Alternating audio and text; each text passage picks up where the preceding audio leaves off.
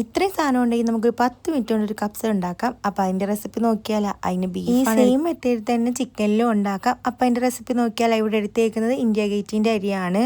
അപ്പോൾ നമുക്ക് തുടങ്ങാം. ഒരു കുക്കർ എടുത്ത് വെക്കാം. അതിലോട്ട് നമുക്ക് ആവശ്യത്തിന് ബീഫും പിന്നെ സ്പൈസസ് നമ്മളിവിടെ സ്പൈസസ് ആയിട്ട് എടുത്തേക്കുന്നത് പട്ട, ഗ്രാമ്പ്, കുരുമുളകാണ്. പിന്നെ ഇതിലോട്ട് വേണ്ടത് ഒരു മാഗി ക്യൂബാണ്. പിന്നെ കുറച്ച് ഉപ്പും മഞ്ഞൾപ്പൊടിയും പിന്നെ വേവാൻ വേണ്ടി കുറച്ച് തുള്ളി വെള്ളവും കൂടി ചേർത്ത് നമുക്ക് നല്ല രീതിക്ക് ഒന്ന് മിക്സ് ആക്കി കൊടുക്കാം. എന്നിട്ട് നമുക്ക് കുക്കറിൽ നമുക്ക് എത്രയോ വേവേണ്ടത് അതിനനുസരിച്ച് ഒരു വേവ് കുറച്ച് ബീഫ് നല്ലപോലെ വെന്തതിന് വന്നാൽ കുറച്ച് സ്റ്റോക്ക് കാണും. ആ സ്റ്റോക്ക് മാറ്റി വെച്ചിട്ട് നമുക്ക് റൈസിന് യൂസ് ചെയ്യാം. പിന്നെ നമുക്ക് വേറൊരു പാൻ വെച്ചിട്ട് അതിലോട്ട് ഓൾ സ്പൈസസ് ഇട്ട് കൊടുക്കാം. എന്നിട്ട് പിന്നെ സവാള ഇടാം. നല്ലപോലെ വഴണ്ട് വരുമ്പോഴത്തേക്ക് നമുക്ക് കുറച്ച് ഉപ്പിട്ട് കൊടുക്കാം. ഗോൾഡൻ കളറായി കഴിയുമ്പം ഇഞ്ചി, വെളുത്തുള്ളി, പച്ചമുളകും കൂടെ ചതച്ചതും കൂടെ ചേർത്ത് നല്ല രീതിക്ക് നമുക്ക് നല്ലപോലെ ഒന്ന് പച്ചമണം മാറുന്നിടം വരെ നമുക്കൊന്ന് മിക്സാക്കി കൊടുക്കാം.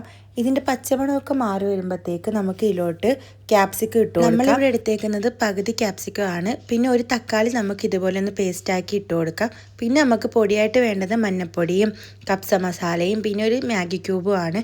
ഇതൊക്കെ ഇട്ട് കഴിഞ്ഞ് നല്ല രീതിക്കൊന്ന് മിക്സാക്കി കൊടുക്കാം. പിന്നെ നമ്മൾ വേവിച്ച് മാറ്റി വെച്ച ബീഫും കൂടെ ചേർത്ത് നല്ല രീതിക്കൊന്ന് മിക്സ് ആക്കാം. പിന്നെ മാറ്റി വെച്ചേക്കുന്ന നമ്മുടെ ബീഫിൻ്റെ സ്റ്റോക്കിൽ ഞാൻ ഈ ഒരു കപ്പിലാണ് അരി എടുത്തേക്കുന്നത്. അപ്പോൾ നമുക്ക് 2 കപ്പ് വെള്ളമാണ് ഒഴിക്കണം. അതിലൊരു കപ്പ് സ്റ്റോക്കിൻ്റെ വെള്ളമാണ്.